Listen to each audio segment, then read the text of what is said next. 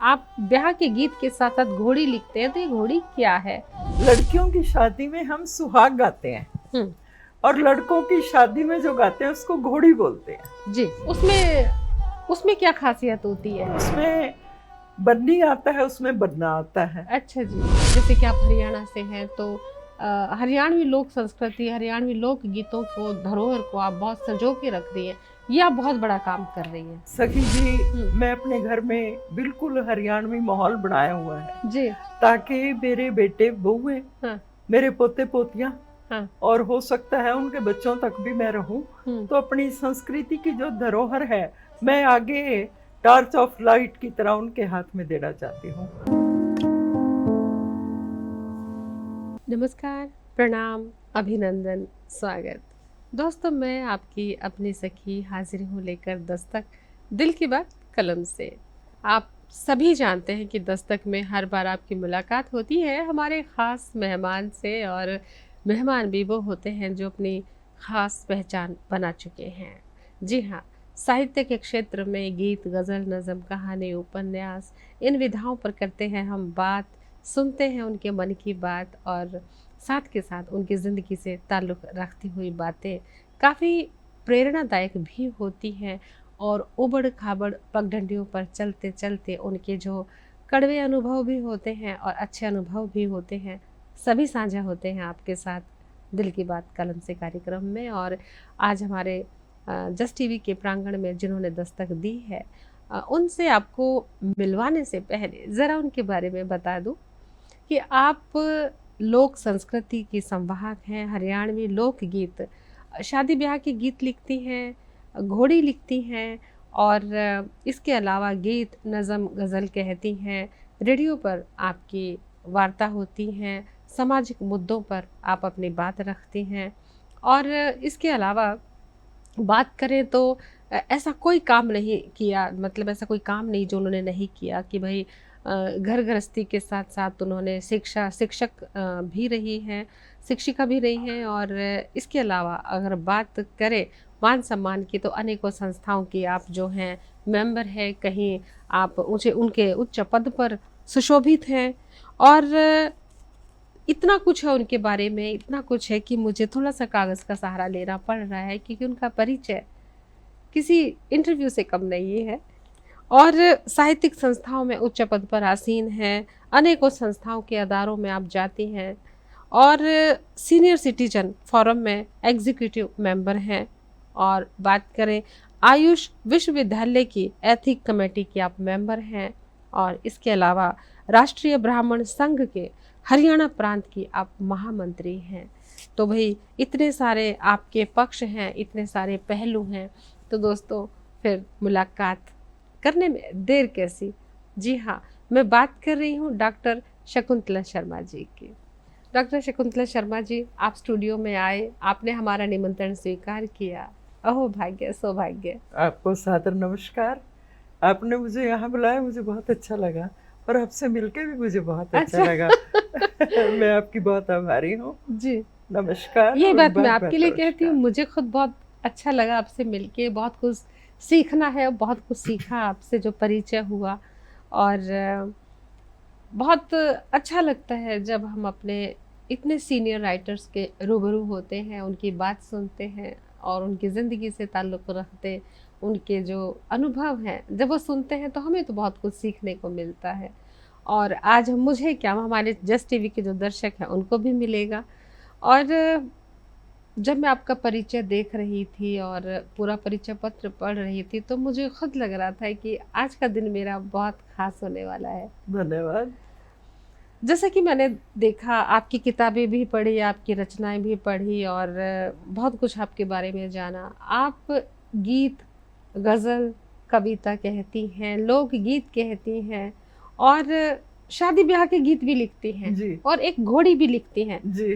तो ये तो हमारे दर्शकों को पता है कि भाई कविता क्या होती है, नज़्म क्या है, गज़ल क्या है, और ब्याह के गीत कैसे होते हैं ये भी आपको पता है, पर ये घोड़ी भी लिखती हैं। अब आप भी सोच रहे होंगे कि ये घोड़ी क्या होती है ना? तो इन्हीं से पूछ लेते हैं कि आप ब्याह के गीत के साथ साथ घोड़ी लिखते हैं, तो ये घोड़ी क्या है? तो उन्हीं से पूछते हैं। जी। एक्चुअली ब्याह शादी के जो गीत होते हैं ना, हम्म लड़कियों की शादी में हम सुहाग गाते हैं हम्म और लड़कों की शादी में जो गाते हैं उसको घोड़ी बोलते हैं। जी। विवाह शादी में हम्म लड़कियों की शादी में गाए जाने वाले गीत तो सुहाग कहलाते हैं हम्म। और लड़कों की शादी में गाए जाने वाले गीत को हम लोग घोड़ी बोलते हैं। जी। उसमें उसमें क्या खासियत होती है? उसमें खासियत कुछ नहीं, उसमें बन्नी आता है, उसमें बन्ना आता है। अच्छा जी। तो लड़की के लिए हम बन्नी लाडो प्रयोग करते हैं हम्म। और घोड़ी में हम लाडला बन्ना जी। ये प्रयोग करते हैं शब्द। तो फिर शुरुआत कर लेते हैं एक लोकगीत से ही, जो कि आपके बेहद दिल के करीब हो, जो आपको लगता है कि जो आपके दिल के करीब है। जी। असल में लोकगीत तो सभी दिल के करीब ही होते हैं। तो पर मैं इस बात को सोचती हूँ कि लोक संस्कृति, लोक गीत और आंचलिकता धीरे धीरे खत्म होती जा रही है, लेकिन जब आप जैसी महान हस्तियाँ उनको संभाल के रखती हैं, सहेज के भी रखती हैं, और रचनाशीलता भी आपकी उन्हीं विषयों पर होती है, तो हमारा जो आंचलिक साहित्य है, जैसे कि आप हरियाणा से हैं, तो हरियाणवी लोक संस्कृति, हरियाणवी लोक गीतों को, धरोहर को आप बहुत संजो के रख रही है। ये आप बहुत बड़ा काम कर रही है सखी जी, मैं अपने घर में बिल्कुल हरियाणवी माहौल बनाया हुआ है जी, ताकि मेरे बेटे बहुएं, हाँ, मेरे पोते पोतियां, हाँ, और हो सकता है उनके बच्चों तक भी मैं रहूं, तो अपनी संस्कृति की जो धरोहर है मैं आगे टॉर्च ऑफ लाइट की तरह उनके हाथ में देना चाहती हूँ। और मेरा ये प्रयास रहता है कि जैसे हम घर में दादा दादी बोलते हैं, ताया ताई, बच्चों को हमने आंटी अंकल बिल्कुल नहीं सिखाया, बुआ दादी मामी, हम सब अपने पुराने जो हमारे सांस्कृतिक शब्द हैं उन्हीं का हम प्रयोग जिस रिश्ते को जिस नाम से पुकारा जाना चाहिए वैसे ही पुकारते हैं जी। और लोकगीत की बात है कि भाई हर ब्याह शादी के गीत है, तो एक थोड़ा सा गीत सुना दीजिए। लोकगीत सुनाऊं? हाँ बिल्कुल, और हरियाणवी रंग भी आज हम देखेंगे। हो सकता है इंटरव्यू करते करते, आपसे बात करते करते मैं भी हरियाणवी बोलने लग जाऊं, हो सकता है। मैं नारी पे ही सुना देती हूँ। स्वागत। हमको दुनिया जाने हम हरियाणे की नार हैं, ना अबला ना बेचारी हम बरछी तीर कटार हैं। हम बरछी तीर हमको कटार दुनिया जाने हम हरियाणे की नार हैं। सुबह सुबेरे उठ करके हम छम छम दूध बिलोती हैं, सुबह सुबेरे उठ करके हम छम छम दूध बिलोती हैं। सास ससुर की करती सेवा बड़ों का मान बढ़ाती हैं, हम संस्कारी नारी हैं, हम हरियाणे की नार हैं, ना अबला ना बेचारी हम बरछी तीर कटार हैं।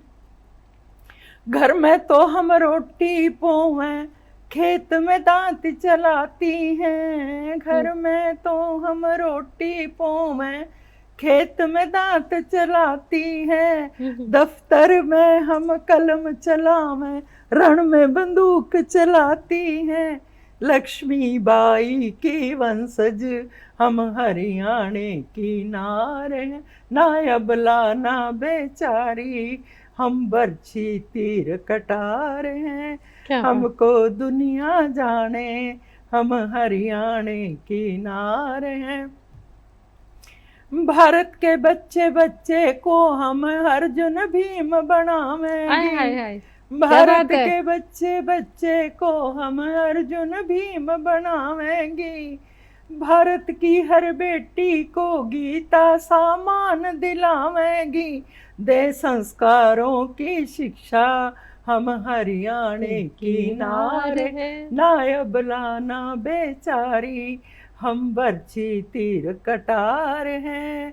60 साल से ऊपर की सारी सीमा पे जावेंगी। अच्छा, 60 साल से ऊपर घर के सब काम निपटा के फिर 60 साल के होने के बाद सीमा पे जाएंगी। 60 साल से ऊपर की सारी सीमा पे जावेंगी। चारों तरफ देश के एक सुरक्षा चक्र बनावेंगी और सैनिक से पहले अपने सीने पे गोली खावेंगी, हर जंग जीत आवेंगी। हम हरियाणे की नार ना अबला ना बेचारी, हम बरछी तीर कटार हैं ना अबला ना बेचारी, हम बरछी तीर कटार हैं। हम चीनी चूहों को भी कुछ ऐसा सबक सिखावेंगी। चीनी चूहों को? हाँ, क्या बात है। हम चीनी चूहों को भी कुछ ऐसा सबक सिखावेंगी, जिपनिंग जिपनिंग करते उनको पीकिंग तक दौड़ावेंगी। क्या बात है। लेंगे 62 के बदले हम हरियाणे की नार हैं, ले लेंगे पुराने बदले हम हरियाणे की नार हैं, ना अबला ना बेचारी, हम बच्ची तीर कटार हैं, हमको दुनिया जाने हम हरियाणे की नार हैं। क्या बात है। और मैं तो ये सोच रही हूँ कि आपने जो कहा कि 60 साल की जितनी भी हैं, देखिए दोस्तों कितना खूबसूरत हरियाणवी गीत लिखा है मैडम ने। और आखिरी बंद में मतलब उससे पहले क्या कहते हैं कि 60 साल की होने के बाद, जिम्मेदारियां निभाने के बाद बॉर्डर पे जाएंगी और सैनिकों से पहले अपने सीने पर गोलियां खाएंगी। क्या बात है, क्या जज्बा है, क्या एहसास है। और अपने बच्चों को, पोते पोती को, सबको सैनिक बनाएंगे। तो ये हरियाणा की माटी में तो ये खास बात है ही दोस्तों। तो आपका गीत वाकई बहुत अच्छा है कि 60 साल के बाद आप जो है गृहस्थी के सारे कार्य निपटा के बॉर्डर पे जाएंगे और हमारे सैनिकों से पहले अपने सीने पर गोलियां खाने को तैयार है और दुश्मन को मारने को तैयार है। बहुत खूब। और मैं देख रही हूँ कि आपने 21, जैसे कि हमारी बात हुई थी अभी, और 21 साल की उम्र में आपके 3 बच्चे हो गए थे जी। तो शादी किस उम्र में हुई थी? बस इतिहास है ये। अच्छा तो इतिहास हमारे दर्शकों को बताइए, क्योंकि इतिहास नहीं है, बहुत खास बात है। एक्चुअली मैं 8 साल की थी जब मेरी शादी हुई। 8 साल के थे मैं जब? दूसरी कक्षा में पढ़ती थी, मुझे याद है। अच्छा, तो जब आपकी शादी हुई मैं आप 8 साल के थे? हाँ। दूसरी कक्षा में पढ़ते जी, थे? मैं दूसरी कक्षा में पढ़ती थी। और 5वीं के बाद फिर गांव में स्कूल नहीं था, मेरी पढ़ाई रुक गई। और फिर मैंने आगे जो है 10वीं तक किया मैंने। फिर हमारे पास में कस्बा है शाहबाद, फिर मैंने वहां से मैंने 16 साल में फिर मेरी जो है 10वीं हो गई। और 16 साल में ही फिर मेरे पेपर देने के बाद साथ के साथ ही मेरे पिताजी ने मेरा गौना कर दिया। जब आप 8 साल के थे तो शादी हो गई जी। तो 16 साल की उम्र में आपका गौना हो गया, यानी ससुराल जाने के लिए आपको लेकर चले गए। हाँ जी। तो तब तक आपने 10वीं कर ली थी जी।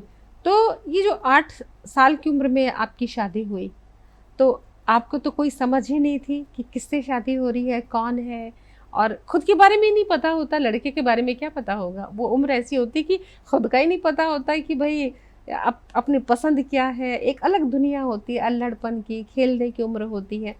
तो आप कैसे मान गए शादी करने के लिए? मानना बनाना क्या था, नए कपड़े मिलेंगे, खूब मिठाइयाँ खाएंगे, हमारे लिए शादी का यही मतलब था। अच्छा, ओहो। हमें पूछा किसने था? हमें पूछा किसने था? अच्छा, आपको शादी का इसलिए क्रेज था कि शादी होगी? हमें तो क्रेज था ही नहीं, हमें तो पता है बस शादी है। हाँ, ठीक है भाई, शादियों में जो होता है हमारी में भी हो जाएगा। हाँ, नए कपड़े मिलेंगे, कपड़ा तो पता ही नहीं था ना, कपड़े अच्छे मिलेंगे मतलब। हाँ बिल्कुल। तो लेकिन कुछ तो हुआ होगा कि घर वालों ने जरा भी नहीं सोचा कि अभी नहीं करते? क्या वजह थी जो इतनी, कोई रीजन तो रहा होगा? हम 2 ही बहनें हैं। अच्छा। मेरे पिताजी, मेरे पेरेंट्स जो हैं, हाँ। वो भी उस वक्त में भी बहुत ही एक, मैं क्या कहूँ, आधुनिक विचारधारा के थे। अच्छा। 2 बच्चे 2 बहनें हैं हम। तो कहते हैं हमारी बेटियां ही हमारे बेटे हैं। तो मेरी बहन की शादी भी जल्दी उम्र में हो गई थी, लेकिन वो 12-13 साल की थी। तो मेरी बहन की शादी में का मुझे थोड़ा थोड़ा याद है। तो बहन की शादी के बाद मेरी मदर को सांप काट गया, जिसको कीड़ा छूना कहते हैं। अच्छा। पता नहीं लगा, लेकिन जहर फैल गया, पैर पे काटा तो पैरों पे जख्म हो गए। आपकी माँ के पैरों मेरी पे? मदर के पैरों पे अच्छा। जख्म हो गए। हाँ, हाँ। तो हम वो उसकी दवाई के लिए, मैं भी साथ में थी अपनी माँ के, तो हम लोग शाहबाद जाने के लिए तांगे जाते थे उस वक्त। तो हम सड़क पे, एक मुसाफिर खाना था, वहां बैठ गए। तो एक आदमी वहां आया, उसने मेरी माँ से पूछा, कहते हैं बीबी तेरे पैरों पे क्या हो गया? कहा भाई पता नहीं क्या होया, जख्म हो रहे हैं, इन्हीं की दवाई खाऊं सारा दिन। जो कहा बीबी तेरे को कीड़ा छू रहा है, कीड़ा, सांप काट रहा है। सांप को कीड़ा बोलते थे? हाँ, अच्छा। हाँ, कीड़ा चूरा कहते हैं। हाँ, नाम नहीं लेते सांप का। सांप को सांप नहीं कहते? मेरी माँ कहा ना भाई, कहा झूठ बोला, मैंने देखा नहीं। कहा ना, आपके कीड़ा छुआ हुआ है और मैं गारडू हूँ। गारडू मतलब? इलाज करता हूँ सांप के कांटे का। अच्छा, उसको गारडू बोलते हैं। हाँ। अच्छा। तो कहता है मैं ननेड़ा गांव है अम्बाड़े के पास, कैंट के, मैं वहां रहता हूँ, बचना मेरा नाम है और मैं वाल्मीकि हूँ। और आप ना अगर मन मानना तो आप दवाई लेने आ जाना, मैं आपको उसकी दवाई दे दूंगा, आप ठीक हो जाए। तो बरसात आ गई, हम वापस घर चले गए, शाहबाद नहीं गए। और उसने एक बात और बताई, कहता है बीबी घर जाके कांसी की थाली लेके अपनी कमर में ऐसे सीधी बैठ के कमर में लगाइयो, और वो कमर में से थाली नीचे नहीं गिरेगी। अगर सांप ने काटा है तो? सांप ने काटा है। अच्छा। ओहो। तो अगर जहर है अंदर तो वो थाली चिपक जाएगी, कांसे को पकड़ लेगी। मतलब कमर के साथ चिपक जाएगी। हाँ। अगर जहर है, सांप ने काटा है तो? अच्छा, अगर सांप ने नहीं काटा तो थाली चिपकेगी नहीं? कांसे की थाली। अच्छा। तो हम गए घर जाके मेरी माँ ने तो शोर मचाया, मेरी ताई, ये जटवाड़ो, ये सुहानो, ये मखाड़ो, पहले तो गाँवों के नाम बुलाते थे। आइयो मेरा सांप काट गया, आइयो, अपनी देसी भाषा जैसे बोलते हैं। जी। तो सब आई, कहा न्यू न्यू कहा था, कहा लिया, फिर थाली ला कर देखा तो मेरे को याद है इतनी सी कांसे की छोटी थालियां होती थी जिससे खाना खाते थे। घरों में पहले एक तो बड़े थालियां, बड़ी भी थी, छोटी भी। पहले तो वो बड़ी थाली लावा, उसमें इतना बोझ था वो लगा ही ना। फिर मेरी ताई बोली, जटवाड़ो, कहा या तो बहुत बड़ी बारी है थाली। उसने छोटी कांसे की इतनी बड़ी थाली लगाई और खड़ी करी, प्लेट तो गिरी नहीं नीचे, चिपक गई प्लेट। हाँ, चिपक गई प्लेट। अच्छा। बस मेरी माँ ने शोर मचा दिया, मैं नहीं बसती, मैं मरूंगी, मैं मरूंगी। उनको जब ये पता चला कि दहशत हो गई उनको कि अब तो पक्का मुझे सांप ने काटा है, थाली कमर से चिपक गई। हाँ जी, हाँ जी। अच्छा। तो मेरे पिताजी प्राइवेट जॉब करते थे शाहबाद। अच्छा। किसी के हाथ मैसेज दे दिया तांगे वाले को, भाई कहीं हो घर आ जा। मेरे पिताजी आ गए। तो मेरी माँ ने कहा, बस ये मेरी एक बेटी है, एक का तो शादी होगी। अच्छा। अब यूं कर लड़का देख और इसकी फटाफट शादी कर दे, मैं नहीं बस दिया। अच्छा। हाँ। तो रिश्तेदारों में बात फैल गई। मेरी बहन के ससुर को पता लगा, वो खबर लेने आए। तो मेरे पिताजी बोले, कहा पंडित जी कोई लड़का बताओ, इसकी माँ कह रही मैं तो नहीं कहता, अभी इतनी छोटी का ब्याह करा, पहले इसका ब्याह करना चाह रही है। हाँ, इसका ब्याह करना चाह रही है। अच्छा। तो कह रहे भाई आप कोई लड़का बताओ। मेरे ससुर बोले, कहा पंडित जी लाओ मेरे पास लड़का, दोनों बहना दुख सुख की साथी रहांगी, लाओ मेरे पल्ले में पाओ। अच्छा। बस मेरे पिताजी ने तो रुपया देते थे पहले, उस पल्ले में डाल दिया। अच्छा। और उससे पहला मैं एक आपको इंस्टेंस सुनाती हूँ। लेकिन फिर आपकी माँ, मेरी माँ तो बच गई। मेरी माँ तो वहां दवाई लेने गई। आपका बेटा करेगा। मेरी माँ वहां दवाई लेने चली गई। वहां जाके उसने दवाई दी, वो ठीक हो गई, मरी नहीं ना। मेरी माँ तो मेरे 89 में गुजरी। अच्छा। और ये बात तो 58 की है। अच्छा। इतने साल। अब तक कहती थी तू आप तो अब तक नहीं मरी, और मेरे को पहले मार दिया कि मैं बनने वाली ब्याह कर दो छोरी का, और 8 साल की उम्र में करवा दिया। हाँ। और फिर मरी। पहले मेरी बहन की शादी देखो, मैं संयोग को मैं मानती हूँ, बहुत संयोग है, संयोग को मानती हूँ मैं। तो मेरी बहन की शादी में 2 दिन रात को बारात रुकी। अच्छा। मतलब 3 दिन बारात रुकी, 2 रात और 3 दिन। अच्छा। 5 खाने खाए उन्होंने। बड़ियार करते हैं बीच वाले दिन। अच्छा। तो लड़का घर में आता है। अच्छा। हमारे एक लोकल रीत होती है, रिवाज है। हाँ। तो वो आके दोहे सुनाता है, उस वक्त छन बोलते हैं उसको। तो उसने एक छन सुनाया कि छन परागा छन के आगा आंगी, एक अपनी मर्जी से दी एक दे दो मांगी। अच्छा। ये मेरी माँ के बीमार होने से पहले की बात है। हाँ। मेरी बहन की शादी की तब की बात है। हाँ। तो मेरी ताई बोली, हाँ। 3-4 लड़कियां खड़ी थी, हाँ, हाँ, कहा है कौन सा है, दुल्ले का भाई, हाँ, परौने का भाई कौन सा है? हाँ, ये उठ का है, इनका मैं हूँ। मेरे हस्बैंड हाँ, 10-11 साल, 2-3 साल बड़े 11 थे साल मुझसे, के थे 11 आपके साल के थे। हस्बैंड भी। अच्छा। नु कहा जी मैं हूँ हाँ, दूल्हे का भाई। दुल्ले का भाई। हाँ, कहा ये खड़ी, हाँ, बता कौन सी गेल करवावागा? अच्छा। कहा इसकी गेल करा लू करना। हाँ, कहा क्यों? हाँ। ये तो काली है। और अच्छा। आप भी काला ही था, अच्छा, आपके हस्बैंड खुद भी काले थे, सांवले थे, लेकिन ब्याह काली छोरी गोरी गेल गेल नहीं कराना करना था। था। अच्छा, ब्याह। फिर दूसरी एक और खड़ी थी, हाँ। कहा ले इस गेल कर दे, बहुत ही गेल लो। नु करना इसका तो ये है रहा यहाँ। अच्छा, ये क्या था? सिनक, नोज, सिनक। नोजी आ रही है। अच्छा। कहा फिर हाँ, तो मेरे को हाथ लगाई, हूँ कैसे गेल कराऊंगा? अच्छा। मेरी बुआ बोली चल, कहा कालू सा हाँ, मारी ऐसी छोरी के लिए तेरा ब्याह करेंगे। मेरी बुआ ने गोदी ठहली, मुझे है ना अच्छे से याद है। अच्छा। उस टाइम तो मैं थी कोई 5-6 साल की होंगी, 4-5 साल की होंगी मैं, पर मुझे याद है कि शादी हुई मेरी बहन की। नहीं, पर मैं ये सोच रही हूँ कि ये एक अजीब संयोग, इत्तेफाक है। हाँ, संयोग। देखिए कि बुआ उन्होंने कहा कि 3-4 छोरियां हैं, जो सी छोरी पसंद हो उससे कर ले, उससे के ब्याह कर ले। और उसने कहा कि ये नहीं भाई, ये गोरी सुथरी सी छोरी है, इस गिल्ली ब्याह करना है। तो पसंद आ गई फिर आप।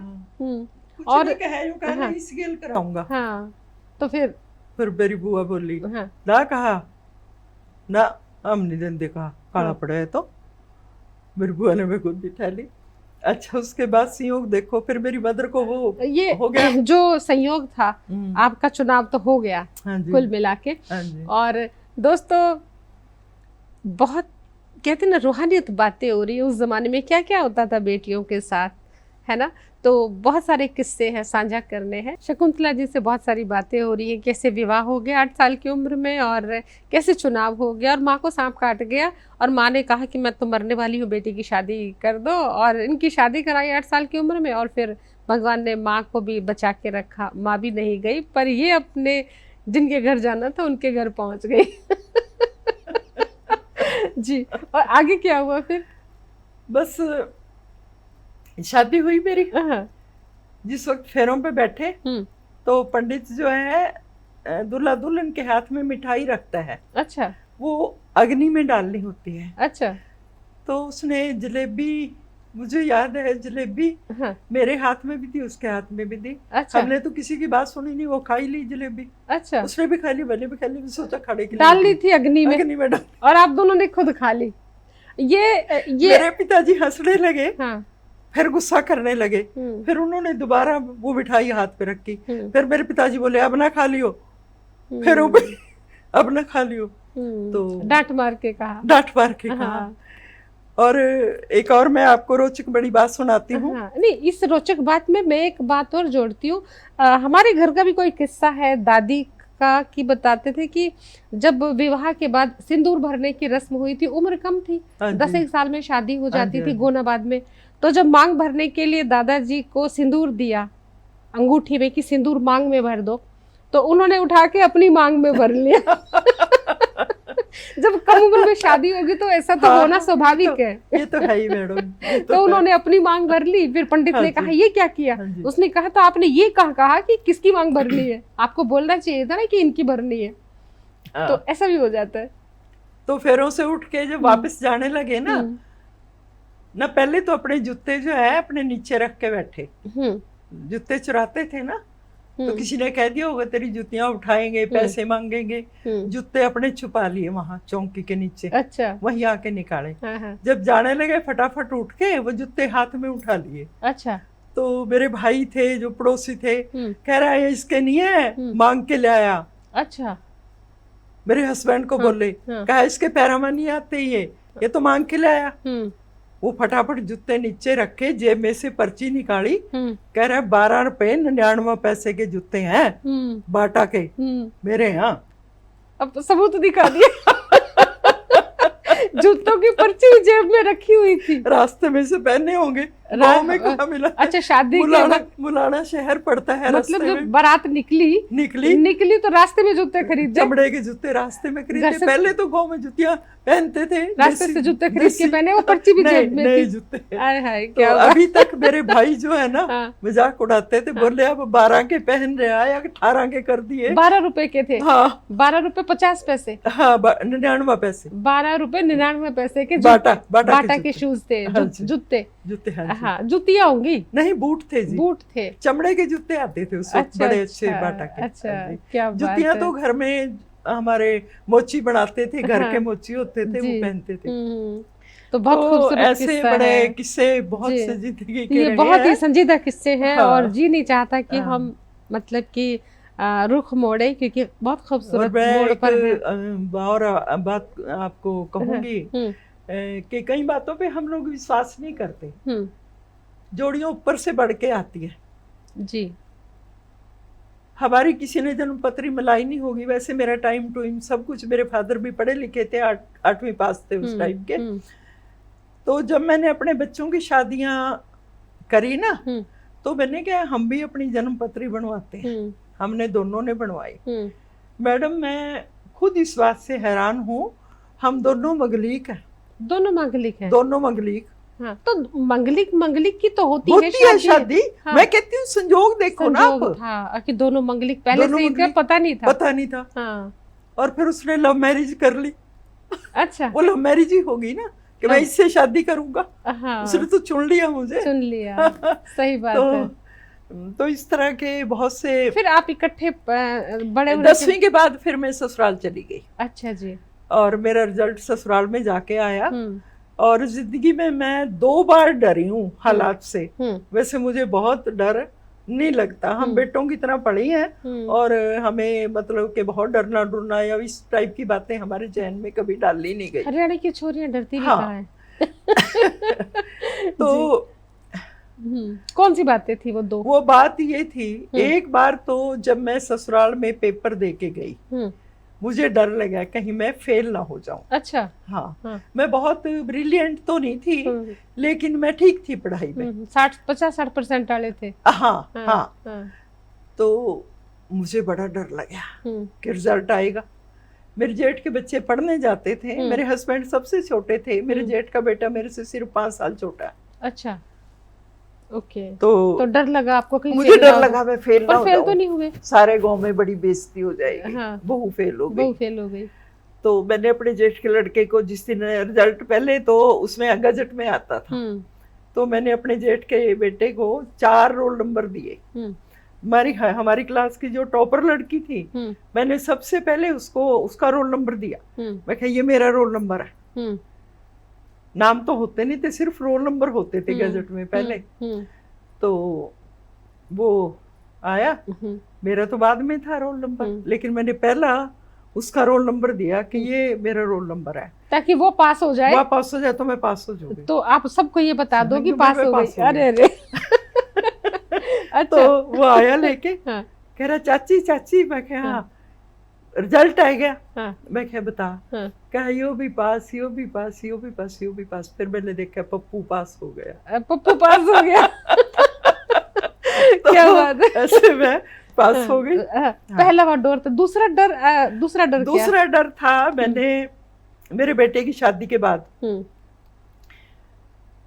मैंने अपनी बहू के साथ पेपर दिया। एमए एजुकेशन हमने सास बहू ने इकट्ठी की। क्या बात है। सास बहू दोनों ने एक साथ एमए एजुकेशन। पहली हमारी दोनों की एमए हिंदी है, बहू की भी। अच्छा जी। और एक ही साथ एग्जाम दिया। हाँ। तो हम एग्जाम दे रहे, हमने रोल नंबर इकट्ठे आए हमारे। राजस्थान यूनिवर्सिटी थी एक, पता नहीं आइडिया यूनिवर्सिटी कुछ ऐसी थी। तो हम एक दूसरे से छुप के पढ़ते थे। बहू डरती थी कि कहीं मैं फेल ना हो जाऊं, और मैं डरती थी कि कहीं मैं फेल ना हो जाऊं। अच्छा। तो हम थोड़ी देर इकट्ठे पढ़ के कहते थे भाई मैं तो थक गई। शैली मेरी बहू का नाम है।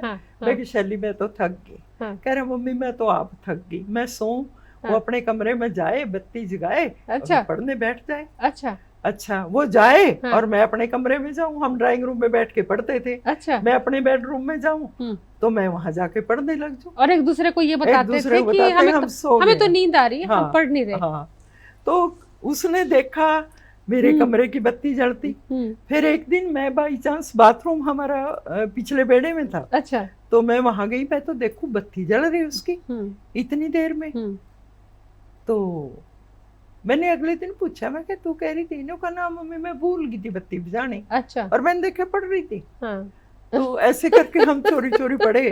हम एक बेंच पे बैठ के, हमारा रोल नंबर एक बेंच पे ही आया। अच्छा जी, क्या और बात है। उसके मामा के घर हम रुके पेपर देने गए। एक ही बेंच पे दोनों सास बहू एग्जाम दे रही है। तो उसके मामे का लड़का बार बार आए, हाँ, मौसी जी आप ऊपर आ जाओ, हाँ, दीदी पढ़ लेगी। मैं कहा मेरे बगैर ये बिल्कुल नहीं पढ़ती। वो फिर आ जा, उनको नहीं बताया अभी मैं पेपर दे रही हूँ। मैं कहा इनको ना बताइए पेपर दे रही मैं। तो फिर बहुत खास हमारा बात है। एक बेंच पे हमारा नंबर आया। हाँ, तो दूसरा पेपर था। नहीं, नकल करवाई सुनो आगे, सास बहू ने? नहीं दूसरा पेपर था। हाँ, तो वो बोली मम्मी हाँ, मम्मी मम्मी जरा सा दिखाना। मैं क्या बात? कहती है मेरी समझ में नहीं आ रहा। मैं कह मेरा ना देख कुछ नहीं आता, तू भी फेल होएगी, मेरी नकल मारेगी। मेरे को नहीं आता, जो तनु आओ वो लिख ले। अच्छा, मैंने नहीं दिखाया उसको। अच्छा, नहीं दिखाया, नकल नहीं करवाई। नकल नहीं करवाई। हाँ। चौथे पेपर में हाँ। मैं पूछा शैली, मैं कहा ये एक ना वो साइकोलॉजी का एक क्वेश्चन होता है मैड में भी। मैं कहा शैली ये मुझे राइटर का नाम नहीं इसका याद है। कहा मम्मी मेरे को बिल्कुल नहीं याद है कुछ भी। अच्छा। आप तो फिर भी लिख लेंगे। हाँ। उसने मेरे को बिल्कुल नहीं बताया। अच्छा। देखे लिख रही कंपटीशन घर में हाँ, इतना बाहर आके मैं क्या हाँ। ये बड़ी बदतमीज है तो हाँ। तू लिख रही थी मैंने देखा। हाँ। कह रही हूँ आपने कौन सा दिखाया था? आपने कौन सा बताया था? क्या बात है। हमारी दोस्ती है, हम दोनों दोस्त हैं। क्या बात है मैम, सैल्यूट। तो रिजल्ट आया हमारा, तो मैं रोज प्रार्थना ये करती है भगवान मैं पास हो जाऊं। अच्छा। और मेरा इससे ज्यादा मेरे नंबर आने चाहिए। और फिर ऐसा हुआ। हाँ। मेरे 1.25 नंबर परसेंटेज में उससे ज्यादा 1.25% मतलब 400 नंबरों में हाँ। से जो थे ना मेरे उससे 5 नंबर ज्यादा थे। क्या बात है। हाँ। तो इस तरह से हमारा और मैं तो अपने बहुत खास बात है, बहुत खास बात है कि मैं सीरियसली हम देखिए ना लिखते हैं, साहित्य सृजन करते हैं, कविता गीत गजल नज़म कहते हैं, सुनाते हैं, लेकिन जिंदगी ही जब कविता हो, जिंदगी ही नज्म हो, गजल हो, जिंदगी इतनी खूबसूरत हो कि घर में बहू का और सास का इतना प्रेम हो और जिंदगी इतनी खूबसूरत हो, तो दोस्तों फिर कविताएं तो साइड में रह जाती हैं, सामने साक्षात कविता बैठी हुई है। और दोस्तों मैं बहुत सारी बातें करनी अपनी गृहस्थी के, जिंदगी के, और बहुत खूबसूरत पहले के ज़माने में क्या क्या होता था बेटियों के साथ, और कम उम्र में किन किन पेचीदगियों का सामना करना पड़ता था, और वो हास्य विनोद, वो मुस्कुराहटें, वो किस्से सब साझा कर रही है आज हमारे साथ। तो सुनिएगा। आप कुछ बता रहे थे? मैं ये बता रही थी कि हम तो सीधे मेरी बहू पे आ गए ना। अभी तो जब मैं बहू बन के गई ससुराल में, रिजल्ट आया मेरा, तो मेरे हस्बैंड जेबीटी कर रहे थे उस टाइम। टीचर ट्रेनिंग होती है, प्राइमरी टीचर की ट्रेनिंग, वो नारायणगढ़ से कर रहे थे। तो छुट्टियों के बाद, छुट्टियों में मेरा गाना हुआ जून में, तो जुलाई में उनके स्कूल खुल गए जी। तो वो जाने लगे, मैं रोने लगी कि मैं भी दाखिल होंगी, मुझे तो पता नहीं था क्या प्रोसेस है जी। तो वो तो चले गए। हाँ। तो एक औरत ने पानी भरने आई नलके पे, उसने जाके बाहर मेरे ससुर को कह दिया, कहा पंडित जी थारी बहू रो रही है। गुज्जर ऐसे बोलते हैं हमारे गाँव में, थारी बहू रो रही है। मेरे ससुर उठ के आए, मेरी सास से बोले कौन सी बहू रो रही? कितनी बहुएं थी? 3, हम 4 जेठानी थी। 3 मेरे से बड़ी थी। अच्छा। मैं चौथी थी। अच्छा। तो कहा यार अरे छोटी बहू आएगी मेरे ससुर। मैं घूंघट नहीं निकालती थी, मैं छोटी थी ना अपनी बहन की शादी में, तो सबने मेरे को मतलब स्वीकार कर लिया था, बच्चे के रूप में। हाँ जी। तो मेरी सास बोली बस देखी हो या ना काटा घूंघट, बाहर वाले लोगों से सबसे निकालती थी। तो मेरे ससुर आके कहने लगे बेटी क्यों रोआ? मेरी सास बोली, कहा इन्हों कहा मैं पढ़ूंगी। कहा फिर रोका थोड़ी पढ़ाई हुआ, पढ़ाई तो बेटा मैं कराऊंगा तना, मैं पढ़ाऊंगा अपनी बेटी ना, रोआना मैं पढ़ाऊंगा, ऐसे ही करके। तो कहा मेरी बात सुन ले, पढ़ाई तो मैं करा दूंगा, पर न्यू बता भी वो काम करना पड़ेगा घर का, कर लेगी? मैं कहा करूंगी। कहा कुट्टी भी काटनी पड़ जा, जिम्मेदार हम, कई बार देर में बाहर ते आवा, मैं कहा काटूंगी।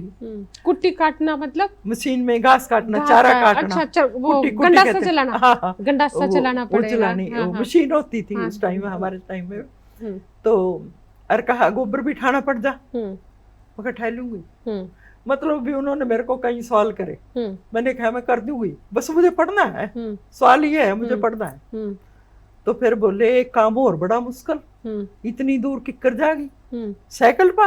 मैं कहा साइकिल पर जाऊंगी। और कहा घूंघट निकाला है, हाँ घूंघट काट देगी, मैं हाँ काटूंगी। घूंघट काट कर साइकिल पे साइकिल चला लूंगी। पर पढ़ागी, मैं कहा पर पढ़ूंगी, मैं अपनी बेटी ने मैं पढ़ाऊंगा। उन्होंने करवाए थोड़ी सारे काम। लेकिन मैं मैडम एक बात इसमें अपना एक मैसेज मैं लड़कियों को देना चाहती हूँ। जी बिल्कुल। जब हम बड़ों की बात को समर्पित होकर सुनते हैं तो हमारी उन्नति के रास्ते खुल जाते हैं। बिल्कुल बिल्कुल, मैं इस बात को 100% मानती हूँ। और मैं आपको अपने हृदय की बात बता रही हूँ।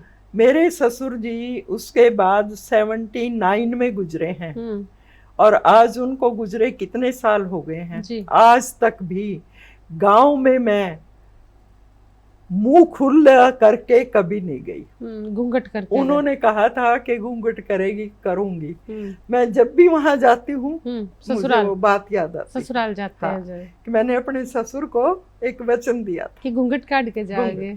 उनका दिया अब तो गाड़ियां जाती हैं, अब तो गाड़ी में घर में जाके रुकती हैं गाड़ियां, लेकिन हम बस में जाते थे। काड़पी हमारा स्टेशन लगता था बस का, तो काड़पी से मैं घूंघट निकाल लेती थी बस में बैठ के। जब ससुराल नजदीक नजदीक ऐसे ही होता था। ऐसा था जी। तो मुझे तो मेरे समर्पण ने मुझे बहुत आगे बढ़ाया। और आपने कौन कौन से काम किए पढ़ाई करते हुए? घर में कौन सा काम किया? काम तो मैडम मैं दरी बुन लेती हूँ। दरी बुनना, नाड़े बुनना, जिमीदारा घर था। पहले मक्की के दाने भी जो हैं मंजे के ऊपर डाल के कुकड़ियों से छेदते थे, फिर निकालते थे मशीनों में, जब दाना मक्की का नहीं निकलता था। तो वो भी काम किया, थोड़ा बहुत कराती थी मेरे से। वैसे मेरी ठानियां कहती बस इस पर नहीं होता, कोई नहीं पढ़ाई कर रही। मतलब मेरे को बहुत प्यार मिला। अच्छा। मैं यूँ कहती हूँ मुझे विश्वास और प्यार इतना मिला ना, बहुत ज्यादा।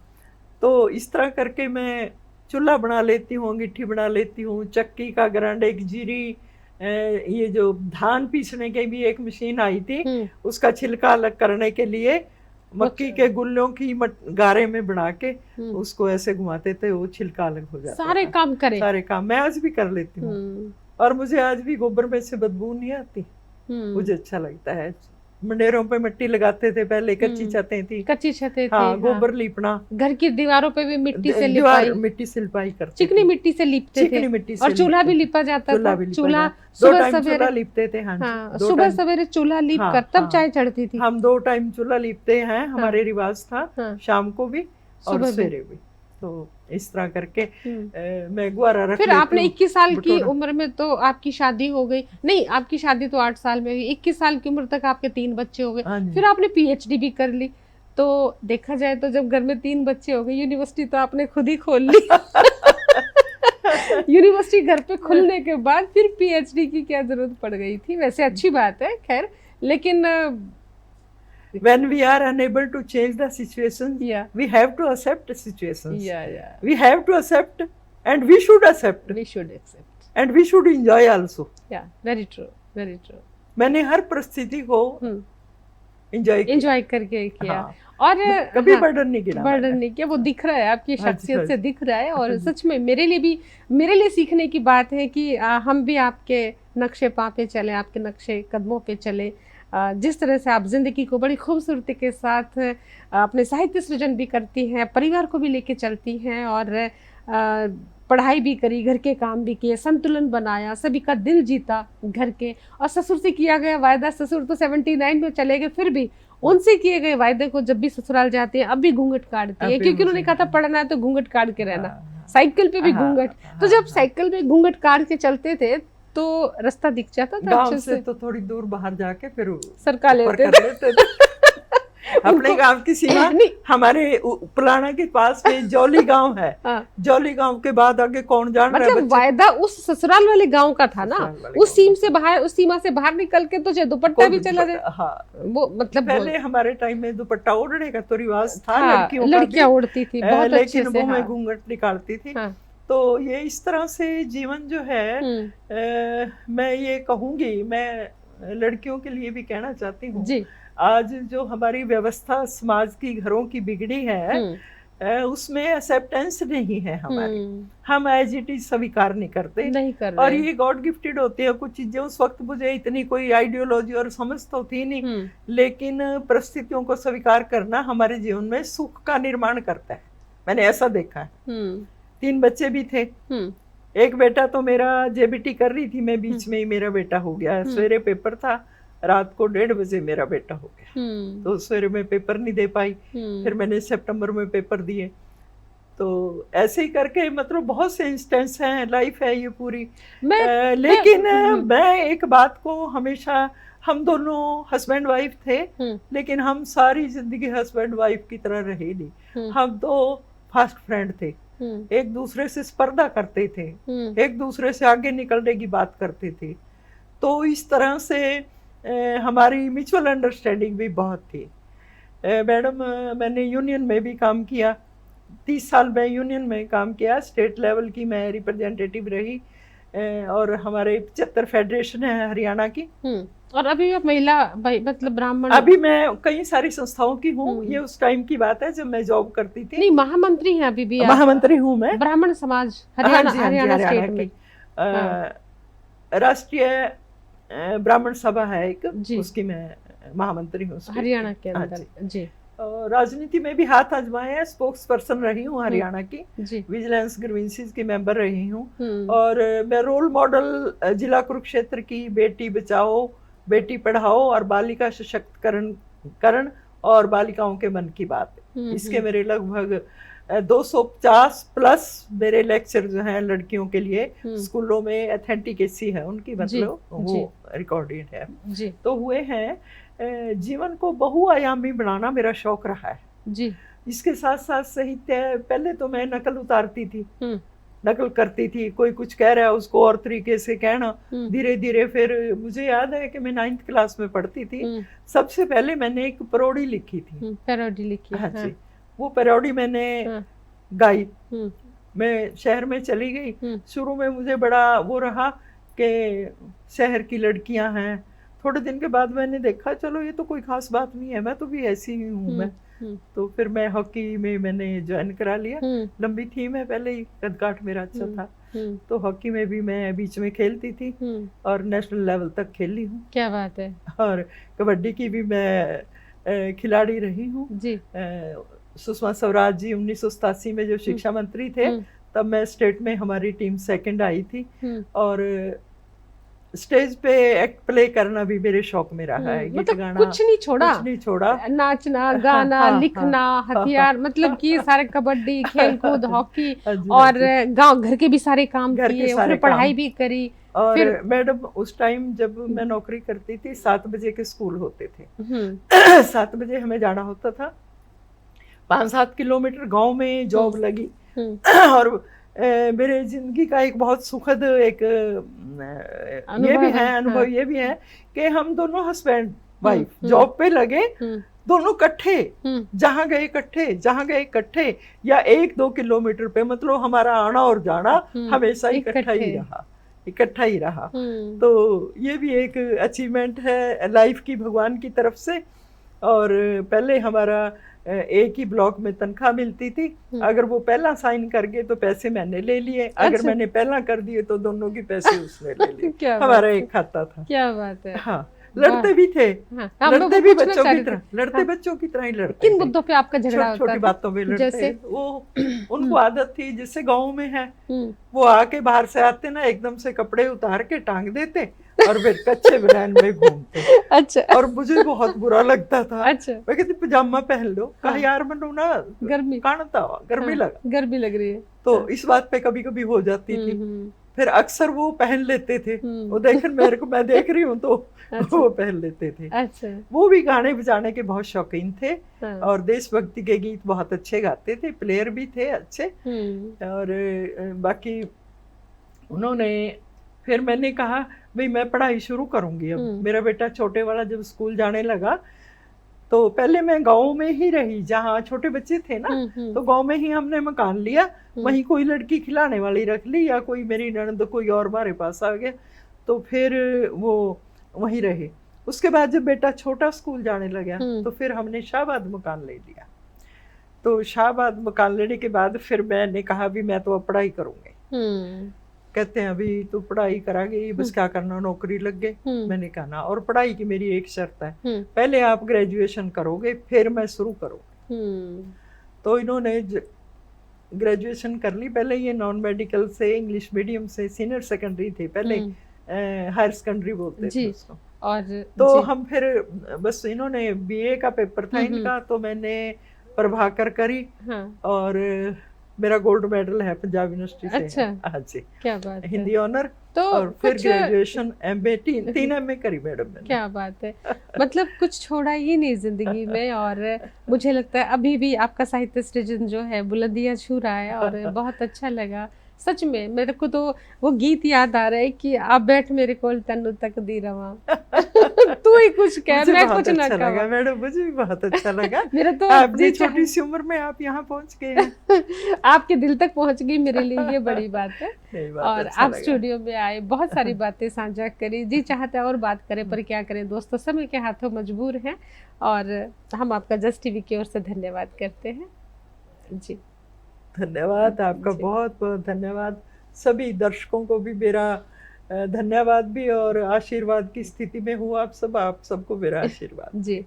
और दोस्तों आज की मुलाकात बहुत ख़ास थी, सबको मज़ा आया होगा। हरियाणा के कुरुक्षेत्र के गांव की बोली, हरियाणवी कल्चर और हरियाणवी छोरी की शिक्षा दीक्षा, पढ़ाई, संस्कार, आचार विचार सब देखे आपने, सब सुने, आपको अच्छा लगा होगा। और किसी भी इन्फो के लिए इन्फो कीजिएगा info@justbroadcasting.com पर। अपना प्यार इसी तरह देते रहिए और हम जल्द लौटेंगे एक और दस्तक लेकर। और अब मुझे और मैडम शकुंतला जी को, यानी हम दोनों को दीजिए अनुमति। प्रणाम।